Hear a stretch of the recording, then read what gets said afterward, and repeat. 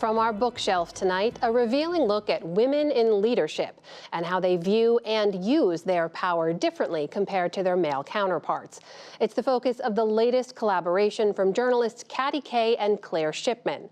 I recently sat down with Katty to discuss their new book, The Power Code: More Joy, Less Ego, Maximum Impact for Women and Everyone Else.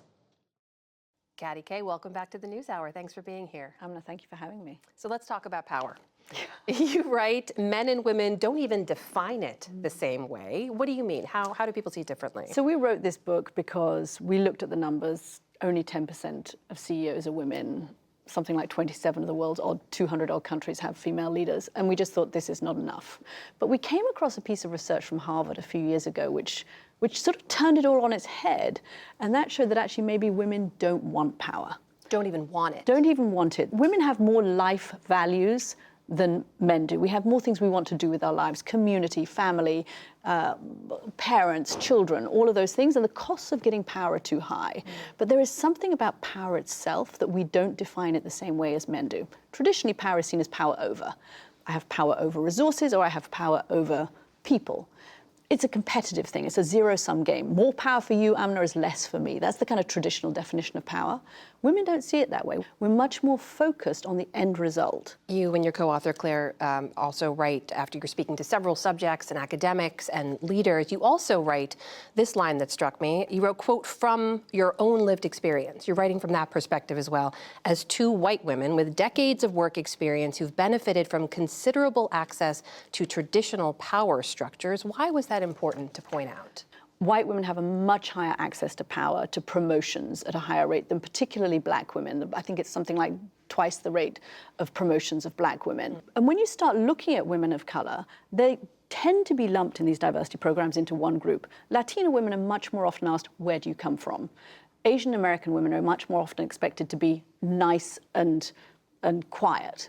So there are stereotypes around different groups of women, and I think it's important that we acknowledge that no one woman is like any other woman, but women get lumped into these groups and then sort of stereotyped in those groups, and the biases against them and the barriers to them getting access to power become even higher. You document the barriers that apply to women only in many of these industries, from office temperatures being set to a man's average temperature. I feel that every day. Personal protective gear, I never thought of this, being designed largely around a man's body, things that are flawed by design.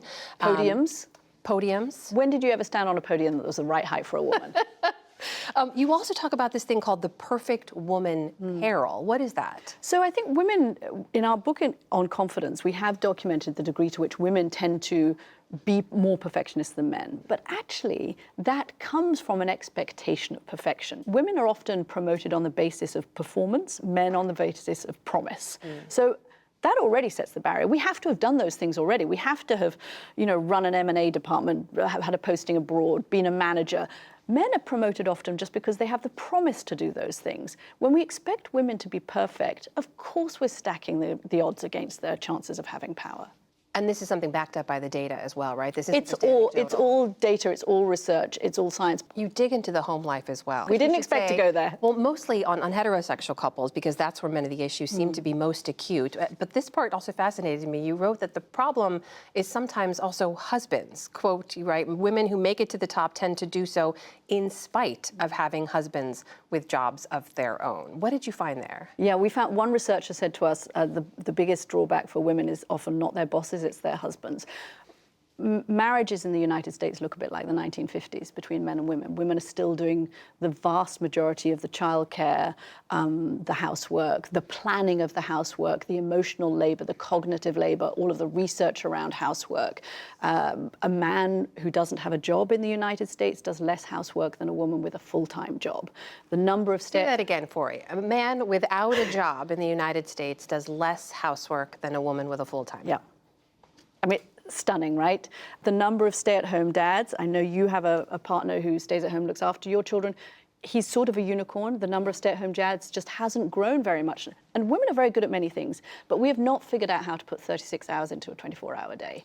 And until we have partners at home who are doing as much as we need them to do, we can't get power outside of the home. But also, we flip it. Men are sort of being deprived of all of the opportunities that come from being fully engaged in caregiving and in their communities.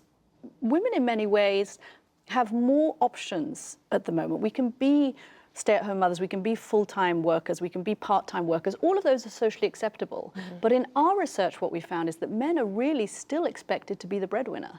And when they're not, it's very difficult. It causes complications. And we want to change that paradigm. We want to give men the opportunities women have and invite them into all of the richness that can come from being part of that caregiving society. We're speaking at such an interesting time, too, now at the end of this pandemic that we know millions of women were forced out of the workforce, right?